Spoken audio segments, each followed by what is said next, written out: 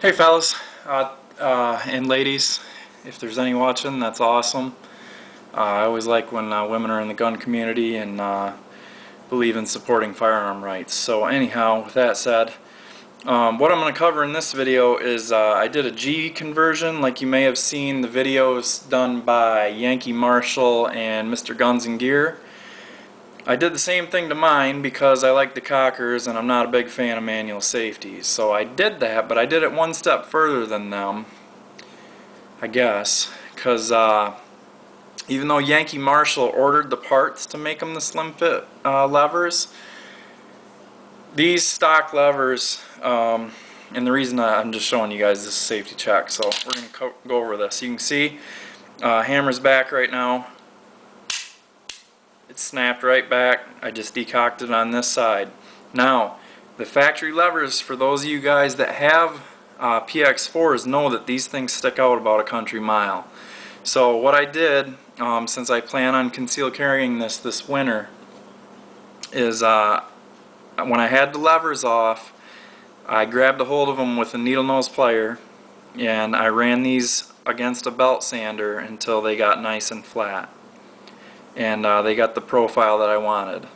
So then what I did after that was, once I had them in the shape that I wanted, I finish sanded them with some fine paper, and then I took a ceramic stone and polished them even further. After that, I just used some birchwood casey, cold bluing on it, and I don't know how it looks in the video. I'll have to look at it, but in person, the cold bluing is nearly the identical color of the barrel. So I'm not sure how it looks on video. I'll take a look at it before I post it. But I'm telling you guys, it looks pretty cool. And I guess, you could get creative with it. If the whole point of this mod is to slim this down, because I mean those stick out, honest to God, they stick out probably like almost 6 or 7 millimeters, which is crazy. So anyways, to slim them down and make them better for concealment, you could texture these with a Dremel, with one of those, all the different fine bits that they have, a carbide cutter, or the needle point bit. You could cut a small piece of grip tape and put it on there, which I considered doing that, but I decided not to, because when I manipulate these, there's still enough meat on that top side. I just grab a hold of that and slide it down. Watch, we'll do it again. So you can see it works fine. I'll do it from this side. And it snaps back with authority. Now, one thing you have to pay attention to if you do this mod is that tiny roll pin that fits in there is the exact length of this lever. So if you don't get it exactly flush on top, or if it's a little bit proud or in any area, it'll get sticky. So if you go to here, and that pin, if that pin's sticking up just a little bit, because when you drive that down, you have to drive it down right here, it's notched.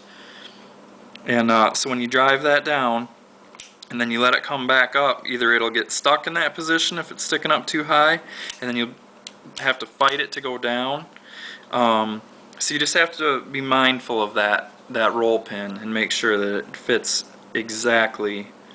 You may have to tap it from the bottom because your slide will be off, and the slide's relieved here so that you can fit your punch in through.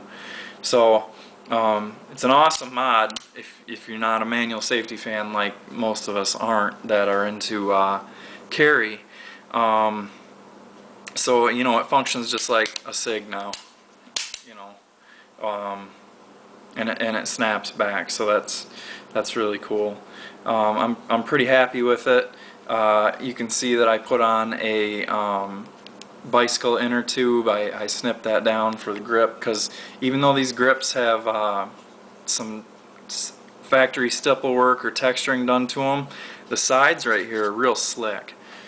So I had a bike tube laying around, and it actually had a section of it with this texturing, like ribbing and stuff, so I cut that and stretched it on, and it gives me a much better purchase on it now, and it's easier to locate when you're reaching in for your shirt and stuff. I mean, I guess you know where your grip is anyway, but still, it just it gives you a good tactile feeling. You know where you're at on the grip. So I like that, and it was free. Can't beat a free mod. I love it. Just like this G conversion was free. It was just manpower, and if you have the tools to do it. So highly recommend it.